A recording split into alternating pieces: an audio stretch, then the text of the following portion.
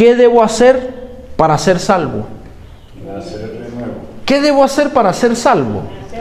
Parece ser que esa es una pregunta que nos atañe a todos, ¿verdad que sí? Porque a pesar de que estamos en la iglesia, a pesar de que estamos bautizados, a pesar de que estamos cumpliendo con el diezmo, a pesar de que estudiamos la Biblia, nos sentimos perdidos. ¿Cuántos se han sentido perdidos aquí dentro de la iglesia? Siendo adventistas, viniendo aquí todos los sábados, practicando. Nos hemos sentido perdidos, ¿verdad? ¿Saben ustedes que hay personas que dicen que no hay nada que podamos hacer para ser salvos? O no hay nada que dejemos de hacer para ser salvos. Pero esta mañana la Biblia nos dice que sí hay algo que podemos hacer para poder ser salvos. Vamos a ver si es nacer de nuevo, o vamos a ver qué cosa es. Vamos a ir al libro de Juan, por favor. Acompáñenme al libro de San Juan, capítulo 3. Y saben ustedes que en el texto bíblico hay una persona que también se hizo esta pregunta. ¿Qué debo hacer para ser salvo? ¿Quién fue esa persona? ¿Saben ustedes quién fue? Nicodemo. ¿Conocen la historia de Nicodemo?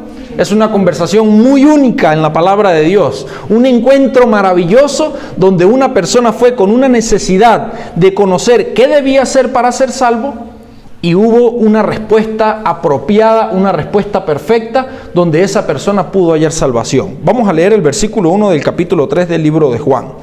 Dice lo siguiente: había un hombre de los fariseos que se llamaba ¿cómo? Nicodemo. ¿Quién era Nicodemo? Mi versión dice dignatario de los judíos o principal de los judíos.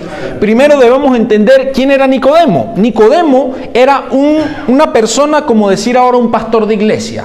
Era una persona que era líder, erudita en la palabra de Dios. Nicodemo estudiaba la Biblia todos los días. Nicodemo era una persona intachable. Era una persona que cumplía la ley, era una persona que diezmaba, era una persona que la gente se le acercaba para pedirle consejos. ¿Por qué? Porque era un anciano y supuestamente era una persona muy sabia. Ese era Nicodemo. Ahora, en este texto bíblico no encontramos la pregunta formulada. Aquí Nicodemo hace dos preguntas. Y las dos preguntas se van a contestar en el nombre de Cristo con la palabra de Dios. La primera pregunta no fue formulada nunca por Nicodemo, pero existe la respuesta. Dios le responde por más que él no le preguntó. Mira lo que dice. Entonces entramos en contexto de que Nicodemo era un líder espiritual, era un pastor de iglesia, era una persona que tenía aparte bastante dinero y era una persona bien posicionada, era una persona intachable. Por eso algunas versiones dice dignatario, era digno de todos los judíos lo respetaban. Pero él tenía una pregunta en su corazón. ¿Y saben cuál es? ¿Qué debo hacer para ser salvo? Ahora yo pregunto una cosa. ¿Puede un anciano de iglesia estar perdido? ¿Puede un pastor de iglesia estar perdido dentro de la iglesia? ¿Puede ser? Claro que sí. ¿Por qué? Porque no hemos comprendido realmente qué hay que hacer para ser salvo. Toda la vida nos hemos preguntado. En algunas ocasiones pregunto esto y no encuentro la primera persona que no me haya dicho que no se ha sentido perdido alguna vez. Aún dentro de la iglesia, diezmando, ofrendando, y hablo de todo el cumplimiento, ¿no? Digamos eclesiástico que debemos cumplir nosotros o que cumplimos, y aún así estamos perdidos. ¿Por qué? Porque cuando nosotros como personas luchamos, por ejemplo, mi lucha es el carácter. Yo tengo un carácter no fuerte, sino débil. Porque a veces decimos, uy, este hombre cuando es amargado, cuando es tosco para hablar, uy, eso tiene un carácter fuerte. Y resulta que no es así. Resulta que tenemos un carácter débil, porque el carácter fuerte es aquella persona que domina sus emociones. ¿Sí están entendiendo? El carácter fuerte, el que tiene carácter fuerte, es aquella persona que domina sus emociones. Así que el que es volátil, el que es iracundo, el que se deja llevar por la molestia o por la ira o por la felicidad, es de carácter débil, no de carácter fuerte. Una cosa es temperamento y una cosa es ¿qué? Carácter. Ahora, ¿tiene temperamento fuerte? Eso sí, tiene un mal temperamento y un mal carácter. Un carácter débil, no es un carácter fuerte. Así que mi lucha es esa, ¿verdad? Todos tenemos luchas. Yo no sé cuál es la lucha de cada quien aquí, pero la mía, se los cuento con mucho amor, es mi carácter. ¿Por qué? Porque si yo me molesto, y lucho con esa molestia, ¿sí? Para poder dominar mis sentimientos y mis emociones de tal manera que no pueda afectar a la otra persona. Así que cuando yo lucho y lucho y digo, estoy venciendo mi carácter, pasa algo, Satanás me pone una prueba y ahí mismo caigo. Y digo, Dios mío, qué miserable soy. No sirvo, de verdad que no puedo luchar, estoy perdido. Ahora, yo soy un predicador, yo soy un evangelista, yo llevo una iglesia. A mí me falta el título para ser pastor, no soy pastor. Pero me falta el título porque tengo experiencia llevando iglesias, he trabajado con grupos pequeños, gloria a Dios, ¿verdad que sí? Este año que pasó estuvimos casi todo el año trabajando en Colombia con mi familia, haciendo la obra del Señor, predicando la palabra. Llevo un ministerio vía internet, gracias a Dios. Así que es una gran responsabilidad que tenemos. Y cuando yo fracaso como ser humano, yo digo, ¿qué hago yo? ¿Qué estoy haciendo? ¿Por qué estoy perdido? Hay algo que debo hacer. Mira lo que dice Nicodemo en el versículo 2. Este vino a Jesús de noche y le dijo, Rabí, sabemos que has venido de Dios como maestro, porque nadie puede hacer estas señales que tú haces si no está Dios con él. Lo primero interesante que está aquí es que Nicodemo fue a Jesús de noche. ¿Por qué Nicodemo fue a Jesús de noche? Viendo la persecución. 1 y 2, excelente, ¿verdad? Así es. Para que no lo descubrieran. Nicodemo fue de noche por pena, porque ¿quién era Jesús? Era allí, era el más humilde de todos. ¿Jesús se vestía como rico? No. ¿Cómo se vestía Jesús? ¿Con traje y corbata? No. ¿Cómo se vestía? El más humilde de todos. ¿Era el hijo de quién? Del carpintero. Aquel, el falso profeta. Pero Nicodemo había reconocido en una oportunidad que se los voy a decir ahorita, que sí, él era el enviado de Dios. Entonces cuando Nicodemo va a Jesús de noche es por vergüenza, por pena, por miedo a que lo critiquen, a que lo juzguen. ¿Qué hace un líder de iglesia, un erudito en las escrituras buscando al hijo del carpintero? Porque saben ustedes, el Sanedrín tenía una tarea. La iglesia tenía una tarea. ¿Sabe qué tarea tenía? Vigilar a Jesús. Todo el tiempo estaban vigilando. Si ustedes leen los milagros de Jesús, la vida de Jesús, siempre que Jesús había sido un milagro, ¿quiénes lo decían? ¿Quiénes decían algo? ¿No eran los fariseos? Epa, pero ¿y este qué hace perdonando en sábado? ¿Y este qué hace trabajando en sábado? ¿Por qué? Porque el Sanedrín se propuso una tarea de vigilar a Jesús, al Mesías, al Hijo de Dios. Pero Nicodemo fue a Jesús de noche. Ahora yo pregunto, ¿cuántas veces hemos buscado nosotros a Jesús de noche? ¿Cuántas veces hemos buscado a Jesús de noche? ¿Cuántas veces nos ha dado pena decir yo soy cristiano, creo esto y creo lo otro por miedo a que nos juzguen? Muchas veces, ¿no? Yo estoy seguro que todos hemos pasado por eso alguna vez. Y es importante entenderlo. Nicodemo se parece mucho a nosotros, ¿saben? Sí, porque nosotros diezmamos también. Nicodemo diezmaba. ¿Nosotros tenemos conocimiento o no tenemos conocimiento? ¿Nicodemo quién era? Tenía conocimiento. ¿Leemos la Biblia o no leemos la Biblia? ¿Nicodemo leía la Biblia? Por supuesto que sí. Él era un líder como nosotros. ¿Un miembro del Sanedrín? Un miembro del Sanedrín, incluso un puesto más elevado. Ahora fíjense, la segunda parte del versículo 2, Nicodemo tenía una pregunta en su corazón. Nunca la pronunció de labios, pero fue como cuando nosotros vamos a pedir un favor. Pónganse en contexto conmigo. Nosotros vamos a pedir un favor. Cuando pedimos un favor, ¿usted llega a pedir el favor de una vez? Cuando usted va a visitar a su amigo, usted le toca la puerta y le dice, necesito que me preste $10. ¿Usted va así de una vez? No. ¿Cómo va usted? Hola, ¿cómo estás de guapa? ¿Y qué tal todo? ¿Cómo va todo? ¿Y la familia? ¿Por qué? ¿Qué hacemos ahí en ese momento? Como romper el hielo, ¿verdad que sí? Para poder entrar en la conversación real de nuestro interés. Lo mismo hizo Nicodemo, fíjense. Rabí, sabemos que has venido como maestro de Dios, porque nadie puede hacer estas obras que tú haces si no está Dios con él. Nicodemo quería romper el hielo porque tenía vergüenza de que un líder espiritual de tal magnitud iba a pedirle un consejo al hijo del carpintero.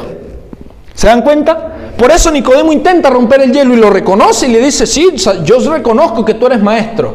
Y Jesús en su infinito amor, ¿qué le ve? ¿Le acepta las palabras que él le dice? Le dice, ay, muchas gracias Nicodemo, Dios te guarde y Dios te bendiga. ¿No? ¿Qué le dice? Versículo 3. De cierto te digo, que el que no nace de nuevo no puede ver el reino de Dios. ¿Cómo es eso? Nicodemo no pronuncia ninguna pregunta, pero Jesús se la responde. Jesús le responde inmediatamente. Y ahora aquí dice la pluma inspirada que Nicodemo sintió algo que sentimos nosotros, ¿saben? A veces Nicodemo se me parece mucho a nosotros en todos los aspectos, porque a veces usted y yo no sé si aquí le ha pasado a alguien, y apuesto que sí, tenemos una necesidad, o digamos antes, ¿no? Antes cuando no conocíamos mucho de la Biblia, teníamos una necesidad o una pregunta y queríamos buscar la Biblia, y de repente encontramos con que el culpable es ¿quién?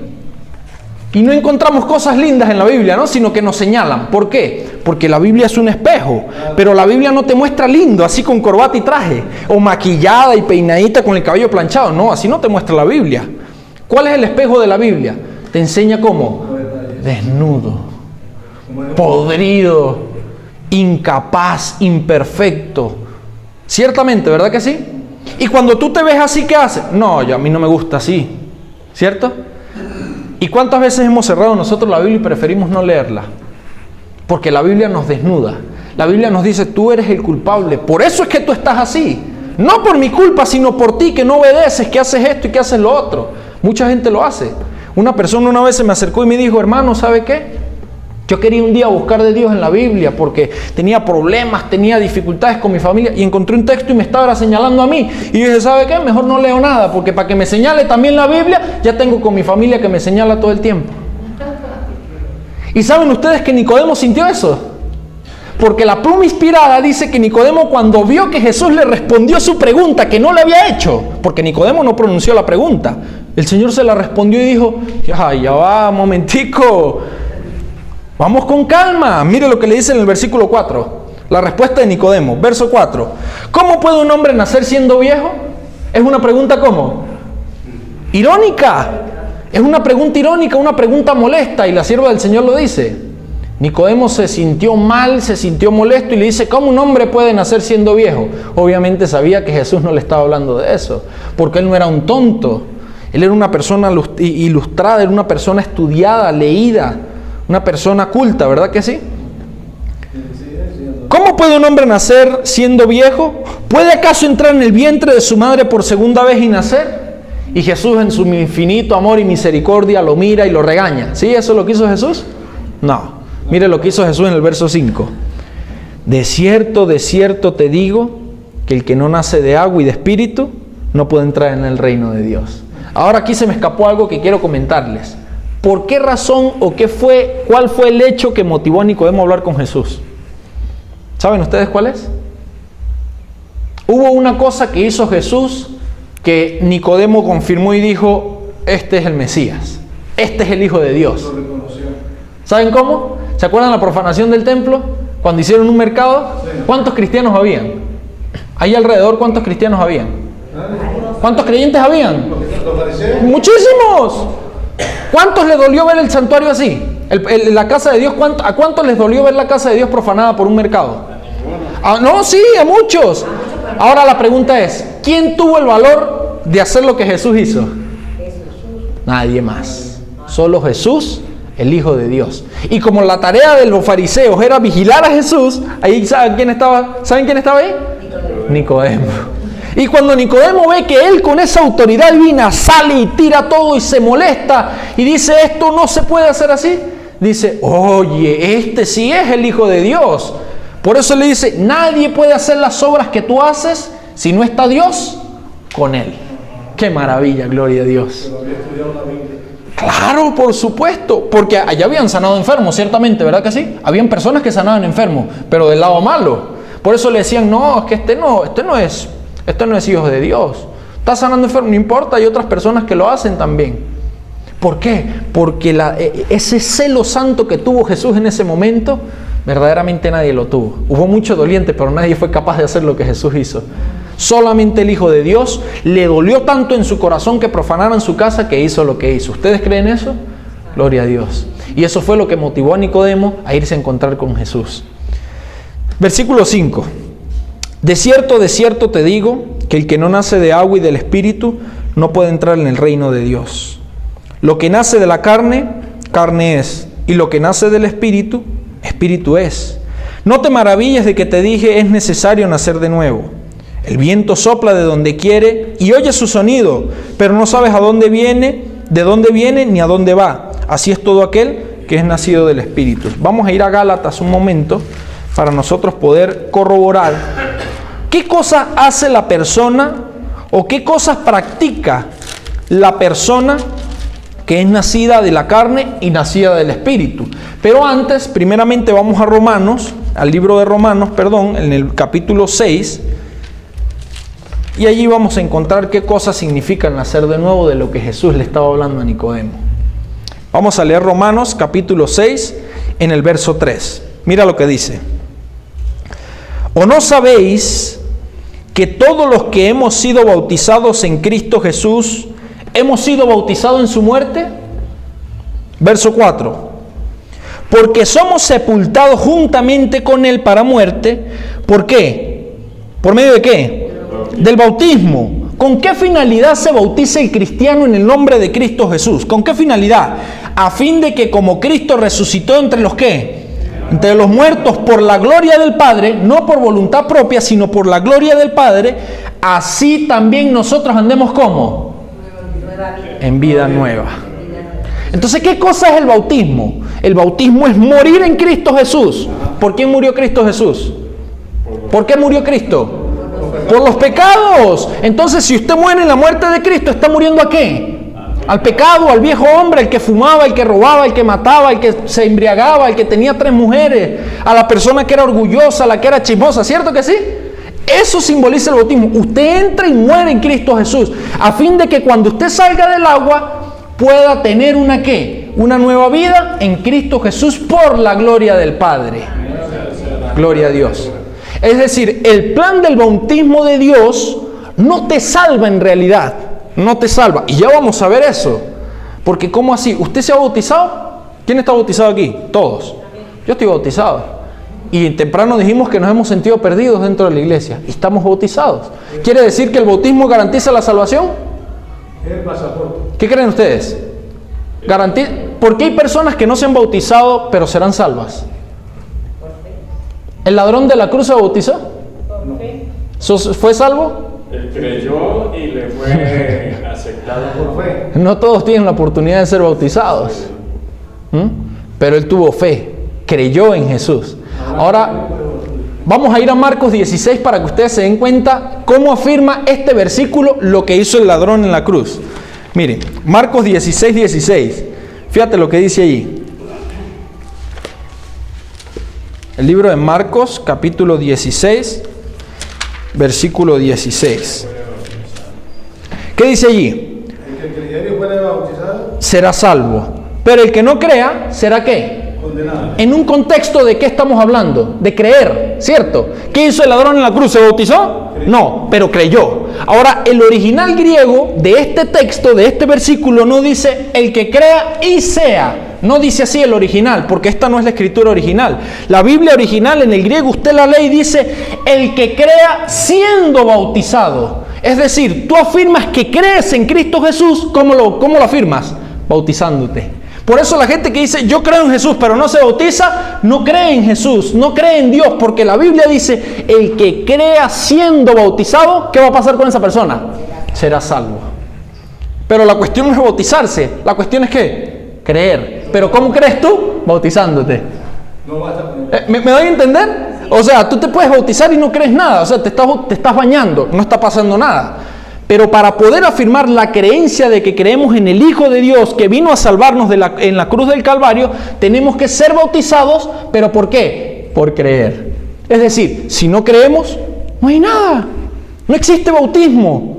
¿Sí me doy a entender? Nosotros afirmamos la creencia siendo bautizados. Pero dice también que los demonios creen y tiemblan. Claro, los demonios también creen y tiemblan. Por eso nosotros tenemos que tener una fe práctica. Una fe que obra por el amor. ¿Se acuerdan de Noé? Noé predicó ¿cuántos años? Y este no es nuestro tema, pero valga aclararlo, ¿no? ¿Cuántos años predicó Noé? 120, ¿verdad? Pero Noé solamente predicó que iba a venir un diluvio. ¿O qué más hizo Noé? Mientras que predicaba, ¿qué iba haciendo? Iba construyendo el arca. Entonces, por la fe, Noé fue contado ¿por qué? Por justo, porque tuvo una fe que obraba. ¿Obraba por qué? ¿Por amor a quién? A Dios. ¿Por qué? Porque le creía. Porque le creía. ¿Se dan cuenta? Entonces, la fe que debe tener el cristiano es una fe práctica. No es una fe. Por eso Santiago dice, los demonios creen y tiemblan. Pero ¿Qué? ¿Honran a Dios? ¿Practican la voluntad de Dios? No la practican. Por eso el cristiano no es, la fe no va sin obras y la obra no va sin fe. La fe sin obras es muerta y la obra sin fe es muerta. La fe que obra, ¿por qué? Por el amor. Gloria a Dios por eso, ¿verdad? Quedó claro allí. Ahora fíjate lo que dice, vamos a volver a Gálatas, al libro de Gálatas, donde les había dicho en el versículo 5, capítulo 5, para que ustedes vean cómo es que anda la gente cuando nace cuando nosotros nacemos de la carne. ¿Cuándo nacemos nosotros de la carne? ¿Saben ustedes? En el principio, antes de conocer a Cristo, vivíamos en la carne y al nacer. Pero ¿cuándo nacemos? Volver a nacer de la carne, pues. Porque nosotros nacemos del Espíritu cuando nos bautizamos, ¿verdad? Ya lo leímos. ¿Cuándo nacemos de la carne? Cuando nacemos de la mamá. Sencillo. Porque estamos naciendo ¿de qué? De carne. ¿Por voluntad de quién? ¿De hombre?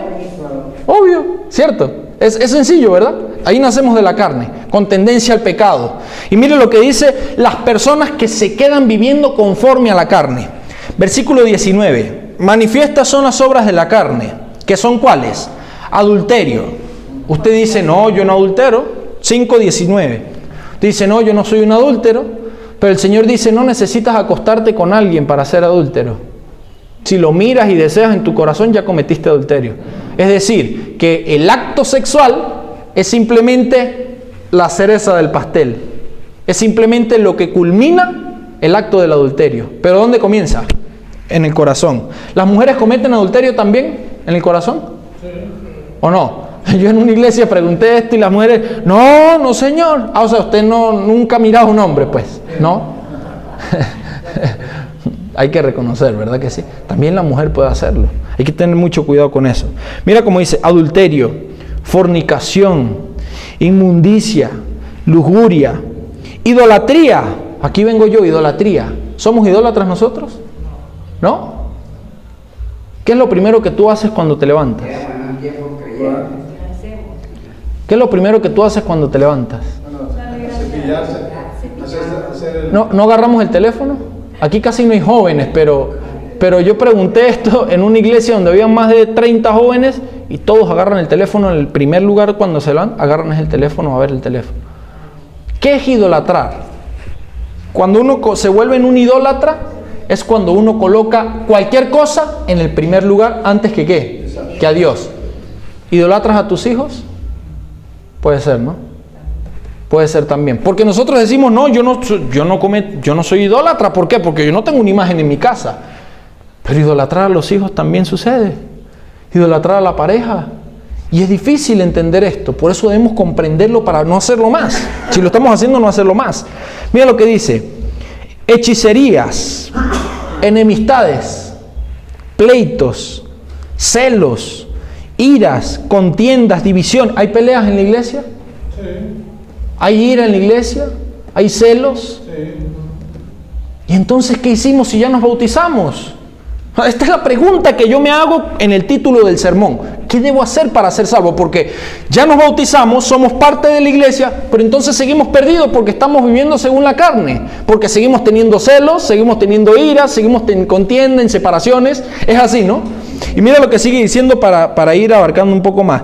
Homicidios, borracheras, orgías y cosas semejantes a estas. En cuanto a estos advierto, dice el apóstol, como ya os he dicho antes, que los que practican tales cosas no heredarán el reino de Dios. Entonces nosotros estamos perdidos. ¿Qué tengo que hacer para ser salvo? Versículo 22. Pero el fruto del Espíritu, ¿qué es? Amor, gozo, ¿qué más? Paz, paciencia, benignidad, bondad, fe, mansedumbre y ¿qué más? Y templanza. Dominio propio, templanza. Y contra tales cosas, ¿qué hay? No hay ley. ¿Sabe por qué dicen que no hay ley? Porque no hay ley que te juzgue. La ley no te salva, te condena. Cuando tú ves la ley y estás pecando, te condena, no te salva. Por eso cuando tú eres nacido del Espíritu y andas conforme al Espíritu, la ley no te puede condenar. Contra tales cosas no hay ley, no hay condenación. No hay condenación. Así que vamos al libro de Juan nuevamente para ver cómo sigue esta conversación que tiene Nicodemo con Jesús. Juan capítulo 3. El versículo 8 es interesante. Mira lo que le dice. El viento sopla de donde quiere y oye su sonido, pero no sabes de dónde viene ni a dónde va. Y así es todo aquel que nace del Espíritu. Y esto es algo importante entenderlo también. ¿Por qué? Porque el Señor Jesús está poniendo un ejemplo, una comparación de que el viento se parece a la obra que hace el Espíritu Santo. Es decir, ¿usted sabe dónde viene el viento? No. ¿Usted sabe hasta dónde llega y se devuelve? Tampoco, ¿verdad? Pero usted sí lo siente. Y sabe que existe el viento porque usted lo siente. Se le mueve el cabello, se le mueve el traje, ¿sí? Usted lo siente. Ahora fíjese una cosa. La obra del Espíritu Santo es similar a la del viento. ¿Usted sabe cuándo comenzó la obra del Espíritu Santo en usted?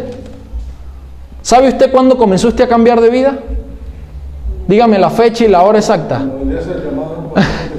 ¿Pero cuándo comenzó? No sabemos. No sabemos cuándo comenzó, ni siquiera en el bautismo. Ahí recibimos el Espíritu Santo, sí, pero ahí no somos transformados de una vez. Hay personas que se bautizan. Yo conocí una persona que se bautizó y salió a fumarse un cigarro porque tenía una adicción. No lo juzgamos, ojo, no se juzga, pero tenía su problema todavía. No había sido transformado. Él ya no fuma, ya nada, es un anciano de iglesia, gloria a Dios. Pero salió de bautizarse y se fumó un cigarrillo. O sea, no aguantó. Ahora, ¿empezó su transformación ahí? No sé. ¿Usted sabe dónde viene el viento? ¿Sí ve que la comparación es la misma? Ahora, párese usted hoy en el 2023. ¿Qué fecha estamos hoy? ¿12?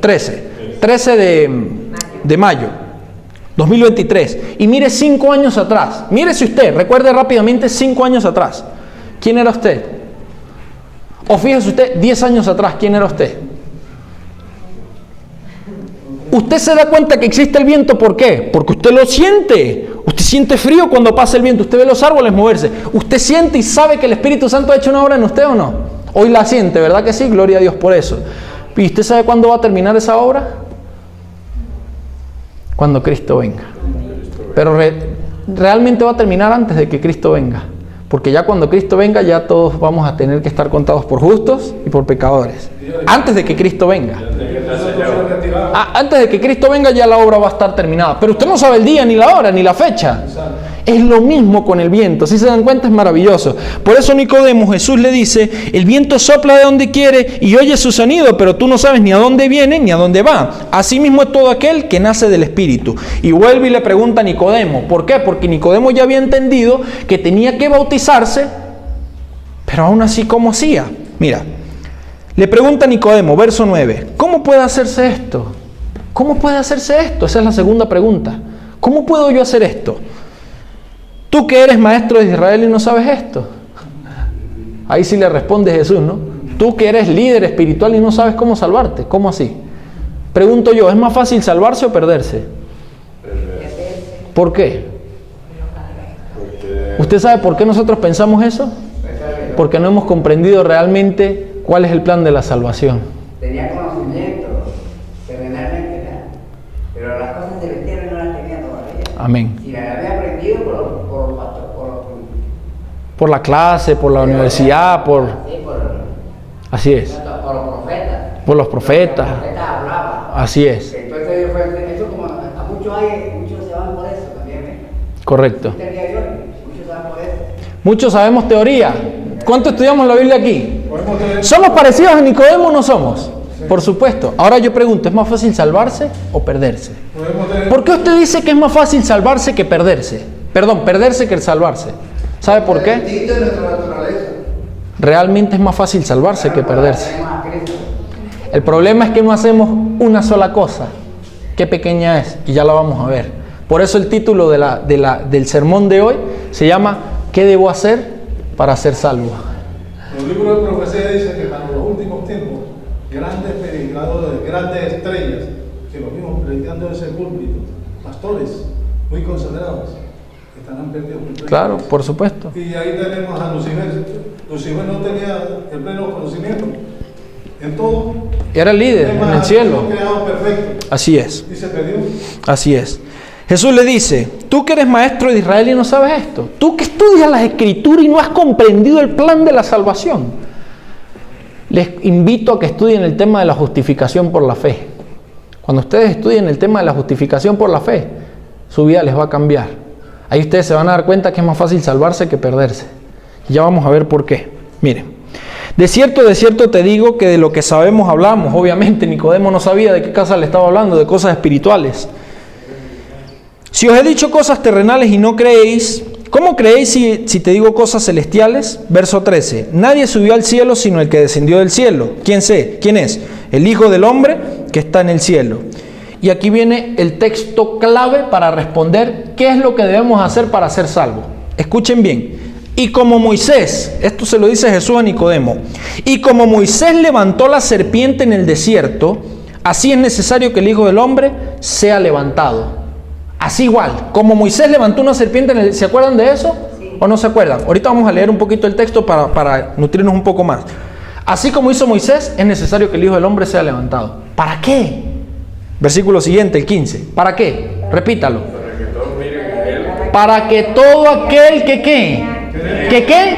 que crea no se pierda, sino que tenga ¿qué? Vida eterna. Vida eterna. Vamos a ver qué cosa hicieron el pueblo de Israel cuando Moisés levantó la serpiente. Vamos a Números, capítulo 20. Vayan conmigo a Números para que ustedes se den cuenta qué debemos hacer para ser salvos. Y tengo unas citas aquí del Espíritu de Profecía hermosas que les quiero compartir. Números capítulo 21, versículo 4. Y aquí vamos a leer en un contexto donde venían de enterrar a Aarón, ¿verdad? Aarón, el sumo sacerdote de Israel, se había muerto, ya. Y estaban a punto de tomar posesión de la tierra prometida. Ya estaban allí a puntico de tomar posesión de la tierra prometida. Resulta que les tocó desviarse, porque un rey no les dio permiso de pasar por su pueblo, así que les tocó desviarse. Pero el camino del desierto donde ellos se desviaron era un camino pedregoso, era un camino feo, era un camino donde hacía mucho calor, donde había mucha sed, no había comida, no había nada, era un terreno pedregoso. Y como cosa rara, el pueblo de Dios comenzó a ¿qué? A quejarse. ¿Número qué? Números capítulo 21. El pueblo de Dios comenzó a quejarse. ¿Por qué nos trajiste, Moisés, a morir aquí? ¿No habían tumbas allá en Egipto? Preferimos estar en Egipto esclavos. Eso es lo que decía el pueblo de Israel. Mira, versículo 4. Después partieron del monte Hor, camino al Mar Rojo, para rodear la tierra de Edom.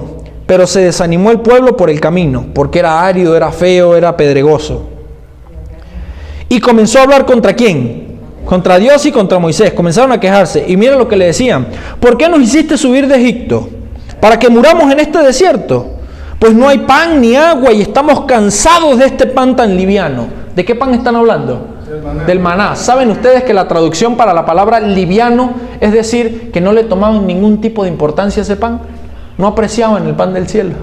Por eso le decían, este pan tan liviano, que no nos importa, que no nos interesa. Esa es la traducción original de esa palabra liviano. Este pan que no nos importa, este pan que no nos llena, este pan que es todo el tiempo lo mismo. Eso era lo que estaban diciendo los israelitas. Qué desagradecidos, ¿no? Comiendo pan del cielo y aún diciendo esas cosas. Con este pan tan liviano, entonces Jehová envió. ¿Quién envió? Jehová. Envió contra el pueblo unas serpientes venenosas que mordían al pueblo. Y así murió ¿qué? Mucha gente de Israel.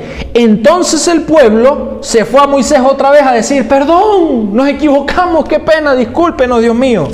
¿Verdad? Hemos pecado por haber hablado contra Jehová y contra ti. Ruega a Jehová para que aleje de nosotros estas serpientes.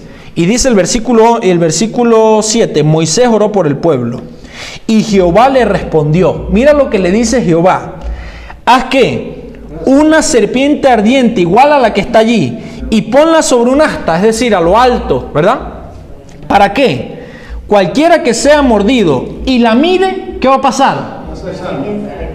Vivirá. Cualquiera que vea la serpiente, la mire, mordido por la serpiente, la vea, ¿qué va a pasar? Va a vivir. Es decir, Dios proveyó, el mismo Dios hizo algo para proveer ¿qué? Sanidad y salvación al pueblo de Israel. Ahora, ¿cuántos vieron la serpiente? Es la única parte que Dios representa en la serpiente. Exactamente. Ahora ya, una cosa. Dios no mandó idolatrar a la serpiente. No. Ese fue el medio provisto por Dios. Escuche esto, mi querido hermano. Dios no levantó una serpiente para adorarla. Fue el medio escogido por Dios. ¿Para qué? Para salvar ¿a quiénes? Al pueblo de Israel. Y mire lo que dice. Hazte una serpiente ardiente y ponla sobre un asta. Cualquiera que sea mordido y la mire vivirá. Hizo Moisés una serpiente de bronce y la puso sobre un asta. Y cuando alguna serpiente mordía a alguien, éste miraba la serpiente de bronce y ¿qué hacía? Vivía. ¿Cuántas personas miraron la serpiente? No sé cuántos. ¿Cuántas personas miraron la serpiente? Mucha gente miró la serpiente. Mordía la serpiente, lo que lo mordía la serpiente. ¿Cuántos se salvaron? Los que Todos, creyeron, todo el pueblo de Israel. los que Todos los que creyeron. eran mordidos y Mucha gente miró la serpiente y no todos se salvaron. ¿Por qué? Porque no todos miraron creyendo. O sea, por eso tenían que creer, no era solamente. Tenían que creer que esa era la provisión de Dios para salvación de su vida. Creer y fe. Por eso Dios le pone ese ejemplo. Jesús le dice a Nicodemo, como Moisés levantó la serpiente, así mismo el Hijo del Hombre tiene que ser levantado. ¿Para qué? Para que todo aquel que en él crea no se pierda, sino que ¿qué? Que tenga gloria a Dios por eso. ¿Qué debemos hacer nosotros para ser salvos? Mirar a Cristo y Jesús. seguir su camino. ¿Cómo miramos a Cristo Jesús? Debemos contemplar a Cristo Jesús. La Biblia, sabemos quién es. Creyendo en él. La creación. Para que todo aquel que en él cree no se pierda, sino que tenga vida eterna. ¿Cuánta gente vio a Jesús crucificado? ¿Cuántos se salvaron?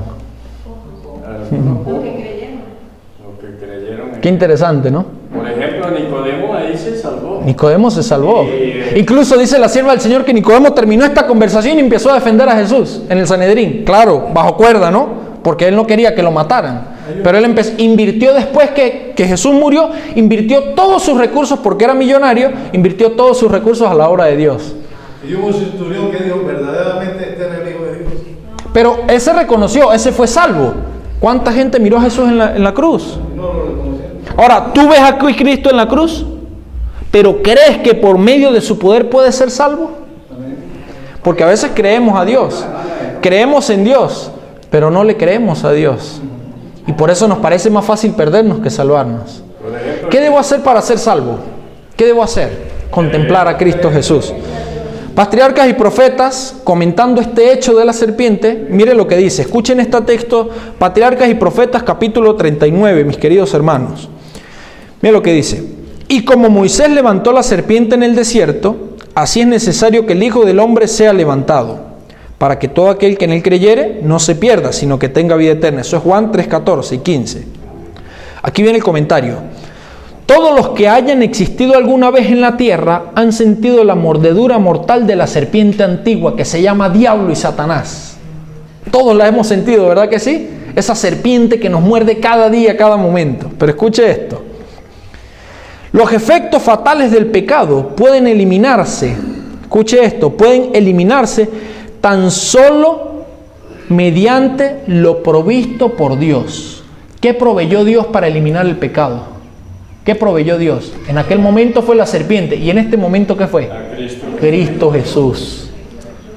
Única y exclusivamente. Por eso cuando usted se levanta y se propone y dice, yo hoy no voy a contestarle feo a mi marido, yo hoy no le voy a levantar la voz a mi esposa, yo hoy no voy a ser grosero ni soberbio, yo hoy no voy a decir un chisme, me propongo en el nombre de Cristo, y usted sale con esa voluntad, a mediodía usted está llorando fracasado.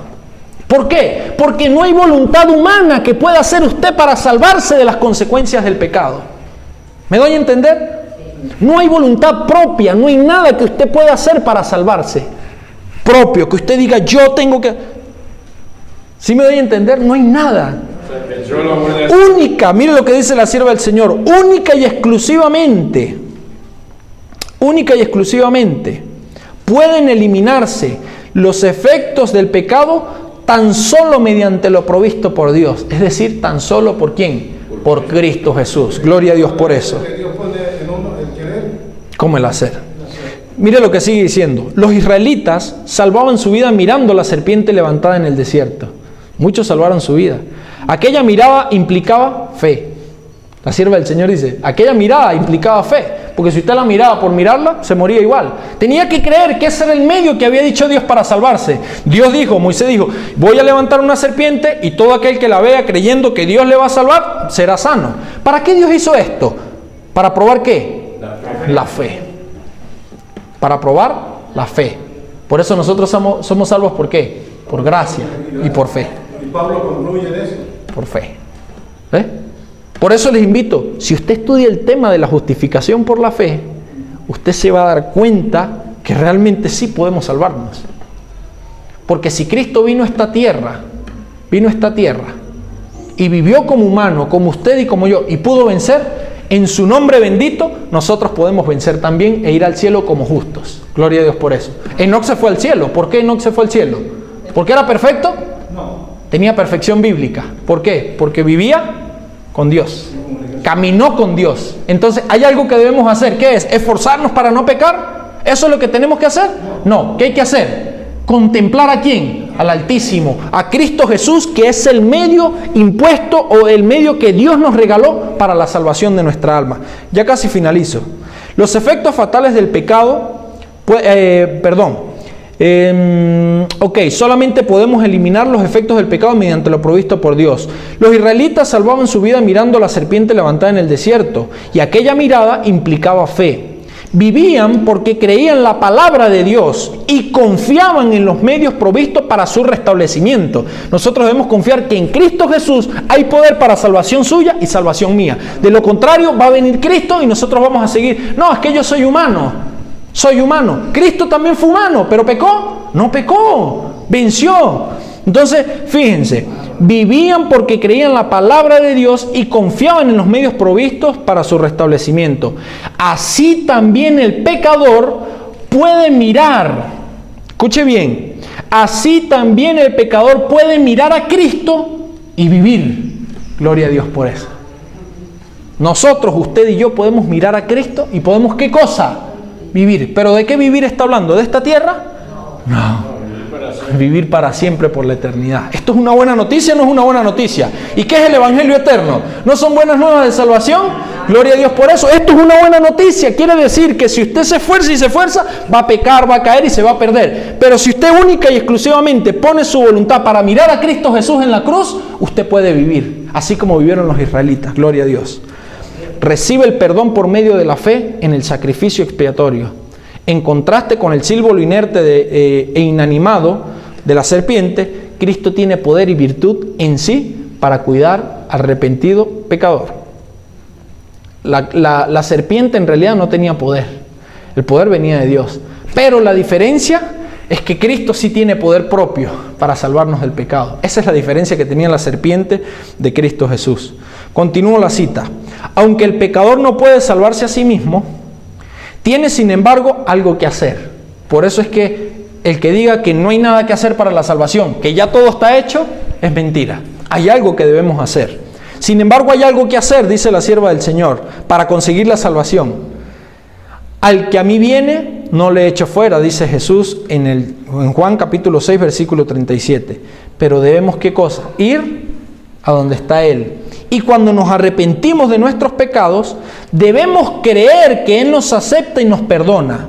Escuche esto, la fe es el don de Dios, pero el poder para ejercitarla es nuestro. O sea, Dios nos da la fe, pero Dios no ejercita tu fe obligado, no. El poder para ejercer la fe está ¿en quién? En ti y en mí. Nosotros no podemos ejercer la fe por sí solos. La fe es la mano de la cual se vale el alma para asir los ofrecimientos divinos de gracia y misericordia. Es decir, la fe es la mano que sale y se agarra de la mano de Cristo Jesús. Esa es la fe. Gloria a Dios por eso. Esa es la fe. ¿Cómo contemplamos a Cristo? Finalizo con esta cita. ¿Cómo contemplamos a Cristo? Debemos mirar a Cristo y vivir. ¿Cómo miramos a Cristo, mi hermano? ¿Dónde está Cristo? En la creación miramos a Cristo. Muy bien. ¿En qué más? Él dice, ¿Dónde está Cristo? En ella os parece que hay testimonio de quién. ¿Se acuerdan de ese versículo? ¿Qué dice el versículo? y es la Santa Escritura, Porque en ellas os parece. que tener la vida eterna. Estas son las que hablan. Ellas dos son las que dan testimonio en ¿Dónde está Cristo? ¿Cuántas veces al día estudiamos la Biblia? ¿Cuántas horas al día dedicamos a leer la Biblia? A contemplar a Cristo. Cuando tú estudias la vida de Cristo como humano, tú te das cuenta y quieres imitarlo.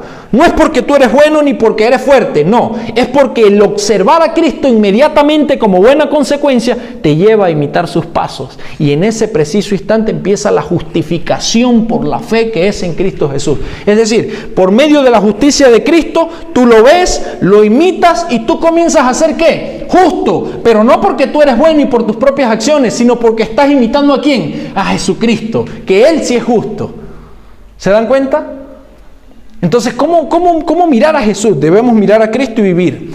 Al contemplar su hermosura, desearemos practicar sus virtudes y su justicia. ¿Sí se dan cuenta? Si usted se mete de lleno a ver a Jesús, quiero verle, contemplarle, saber cómo era, cómo actuaba, porque es que Jesús tiene reacciones para todo, porque Él vino como humano.